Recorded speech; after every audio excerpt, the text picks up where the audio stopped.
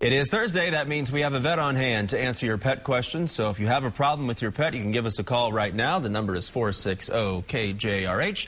Dr. Joe Landers is here as always to answer your questions, and he's brought along Phoebe this morning. Good morning. Yeah, good morning. Thank you. This is about a 5-year-old Bichon. She was found. You were asking me. Honestly, I don't know her story real well, but she's a shy little dog a little bit, but she's a real good little dog. They've a lot of times got a haircut? It does. I was going to tell you a lot of times they have a lot longer hair, but you know, she runs around and gets cockle burrs and stuff. We just kind of usually give them the military cut and let them grow back out. So.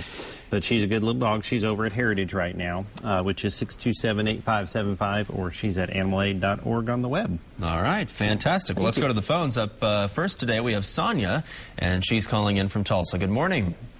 Good morning. Hi. What's your question? Well, my Maltese, yesterday, she just had 4 puppies, and they're all fine, but my question is, she's my first dog. So I want to know, should I take her to the vet?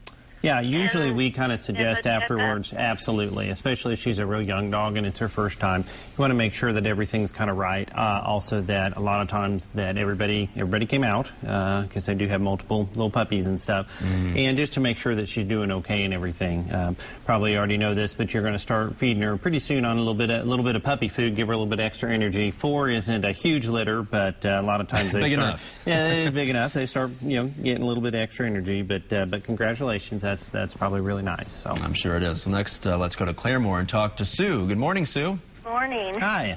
What's your question? Well, I have a 1.5-year-old corgi and a cat that's about 14. My husband gives them milk. It's like Brahms 1%, and I'm wondering if that's really good for them. Oh, I'll get in trouble for saying this, but a little of it every once in a while is not a big deal. If you're allergic to it, that's bad. If it, upsets your gastrointestinal tract, that's bad too, and you'll know that pretty quick. A lot of times there's a little bit of treat. Not too hard to figure out. Not too hard to figure out. It's a cause and effect deal there, so you kind of stop that. We really cats are primary meat eaters, and milk doesn't have a lot of protein in it. It has some. Dogs usually kind of outgrow it. They don't need it anymore. But as a little treat once in a while, it's not going to hurt them. So all right, that's okay. Next up is Diane, and she's calling in from Tulsa. Good morning, Diane. Hi, how are y'all doing? Good. I have a little 4-month-old puppy that I just adopted 2 weeks ago, and I had to take her back to be spayed yesterday. And since then, every time she tries to have a bowel movement, she literally screams out in pain and stops going to the bathroom and sort of goes in a circle, and she seems to have problems getting it out. Absolutely. You should bring her back in, and they should kind of look at her and make sure there's nothing going on there.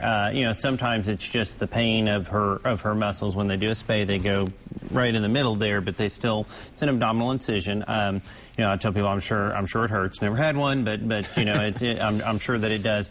Usually they get over that pretty quick. She may need some pain medication, but I would have her looked at and just to kind of make sure, because usually they don't scream out. I mean, usually for just a day or two they might be a little sore, but that seems like a little much. So I'd definitely bring back in and go from there. So all right. If we didn't get to your call today, Dr. Joe, of course, is here every Thursday to answer your pet questions. If you missed any of today's segment, you can go to kjrh.com and click on the Lifestyle tab to watch it again, learn about other pets who need homes, and find out more about Heritage Veterinary Hospital. Thanks for being here. Thank you so much. Aaron, back to you.